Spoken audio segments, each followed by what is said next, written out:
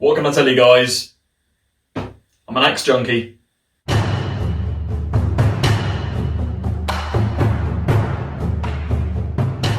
So quite some time ago, I found this beast on eBay. The head looks to be made of wrought iron, and I think, having asked a few people on a forum I'm a member of, I believe it to be a French or Belgium Cognée? I don't know how you pronounce it. I'll put the spelling probably in the video title. But to say it's in need of some dire restoration is an understatement. But I've got a bit of a thing about unique and strange axes, so I really like the idea of challenging myself to restore this to a decent condition. So I'll quickly run through it with you, explaining what needs to be done, and we'll see if we can't restore this thing to at least an element of its former glory.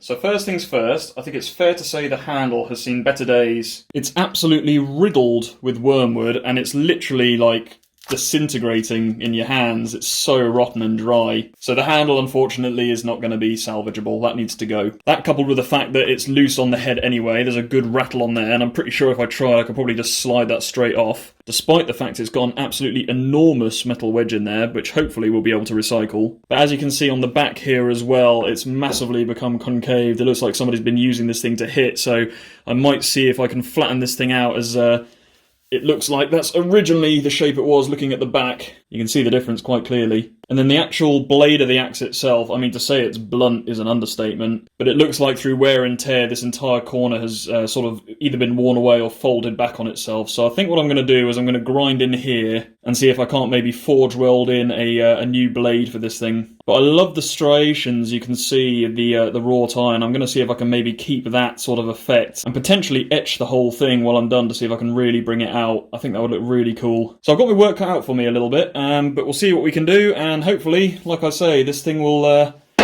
be in a much better condition than as it is now.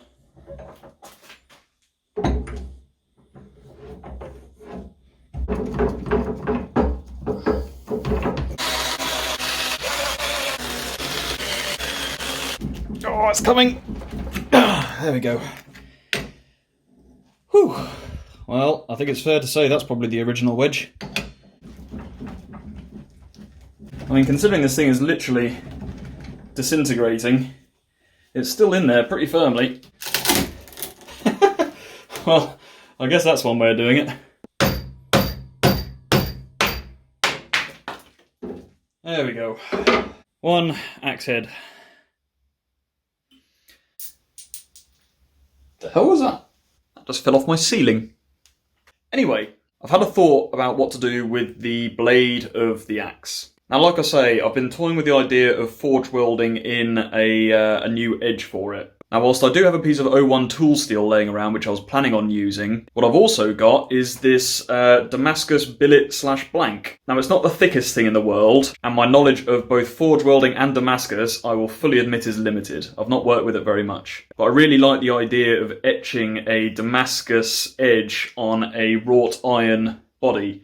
I think the combination of these two things would go very well together. So what I think I'm going to do is heat this thing up in the forge, and using a chisel I'm going to cut into the very edge to split it open. I'm then going to wedge the piece of Damascus in the end of it, and then I'm going to sort of sandwich this thing down so it's clamping around the Damascus billet. That's the goal anyway. Whether it works is anyone's guess. My confidence on this is not exactly sky high. But if it works, it'll look awesome. So, you know, it's a gamble. I could end up completely trashing this thing, and that would be heartbreaking. You're going to know before me whether or not this works, because I'm filming this in the present and you're watching this in the future. The other advantage is I can then bring this corner back forward, and I'll be able to actually reprofile the edge of the axe as I please. So, you know, there's a few advantages to this. So I think I just need to whack this thing in the forge and get started. So I think the first thing I'm going to do is I'm going to surface grind this so it's nice and flat and clean, and probably grind a bevel on it so it's easier to forge weld.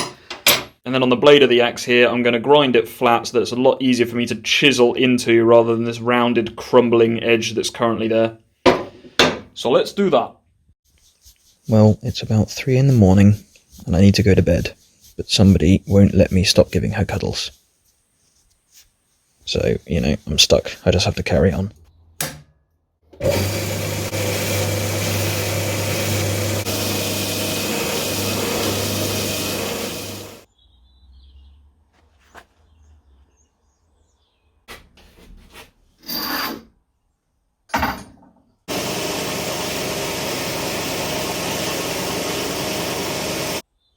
There we go, something like that.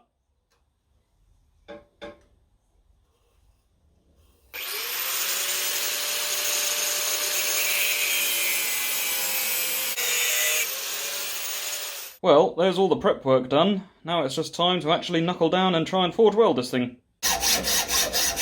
So I decided against chiselling this thing because I figured being wrought iron, it's got a very high chance of cracking. So instead I'm going to saw in a flat spot initially, and then I can widen it out in the forge with some heat.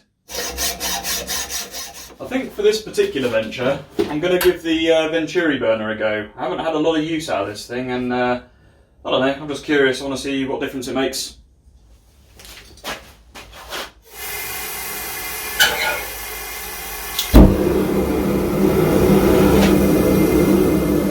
Right, here we go. In with the accent.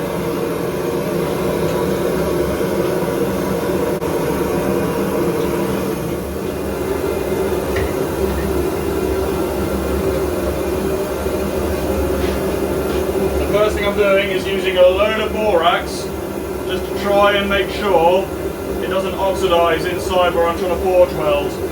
And now I'm just opening up the slit I cut in order to make room for the blade. Just praying it doesn't crack.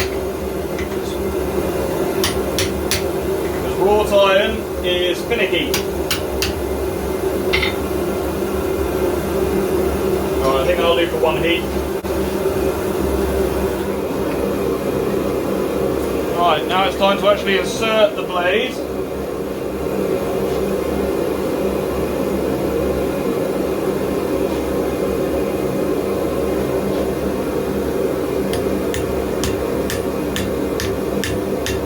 Just hammer it in as far as I can get it to go.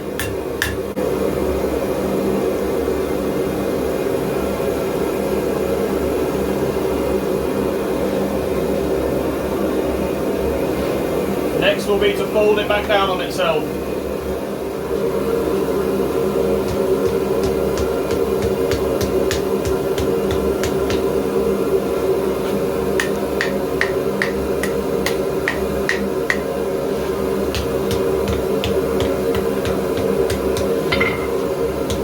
So we're not going for any forge welding here, we're just trying to get the two pieces as flush as I can.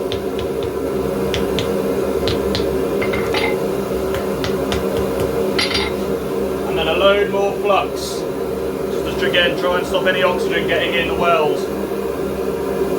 because if it oxidizes it will not seal. Right, now we bring it up to forge welding temperature.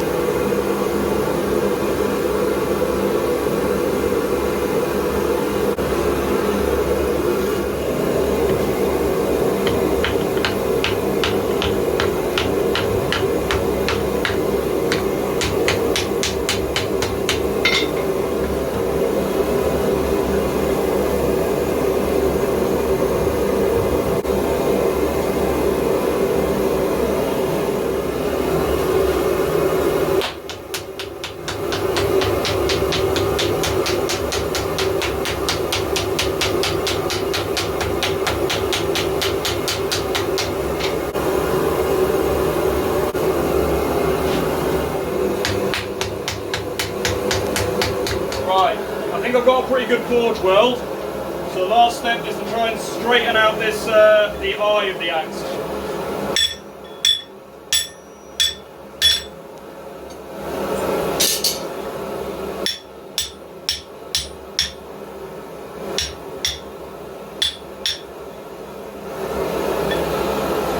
And that looks about right.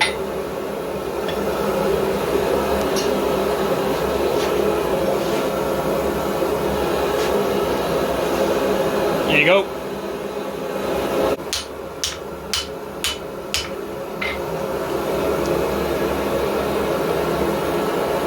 And we'll leave it at that and hope.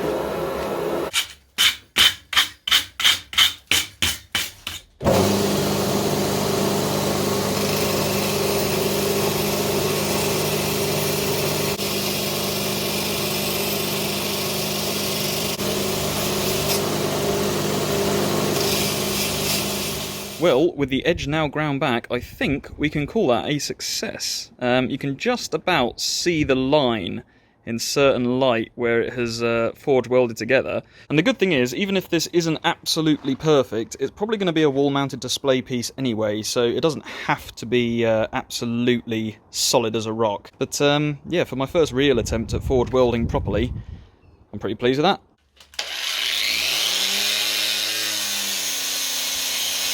God, the problem with wrought iron is it's just full of impurities which bubble up to the surface like this. Even the wire wheel's having trouble getting it off. So it turns out the solution to that quandary is just a more powerful angle grinder.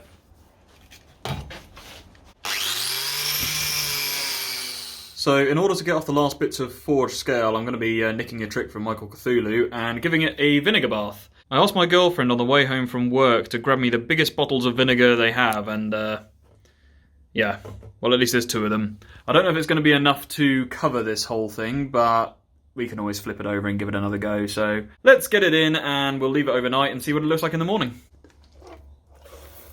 Okay, this could take a while. So now we'll just leave that in there for 24 hours and we'll see how it looks when I come back. What the hell? It's April in the UK. Well, I braved the Baltic English April weather and I got another couple of bottles of vinegar, so now we can just leave this to sit overnight. And hopefully all that gunk will come off by morning. So it's the next day, and what I didn't realise is this tub has a tiny hairline crack in it, and I have leaked vinegar all over the floor. That's annoying. Anyway, let's get this thing out and give it a clean up. Hopefully it should all come off easily now.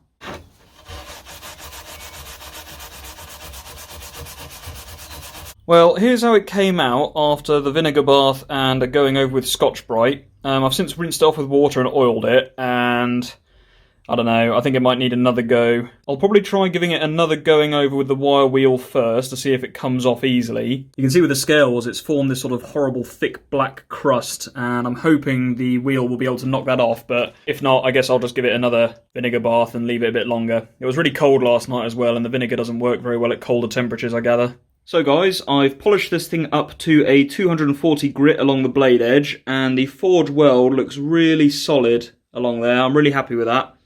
I think I might leave the video here for now. It's getting pretty long, but if you like what you see, then be sure to check out part 2 where I try and get the rest of this scale off. I'll also then acid etch it and start working on the handle, and hopefully this thing should come out looking really nice. I'm really excited to see what the Damascus edge looks like along with the etched wrought iron. Should come out looking really, really pretty. But yeah, if you enjoyed the video, be sure to like, comment, subscribe, all the normal YouTube, blah, blah, blah. And I'll catch you on part 2. Bye bye!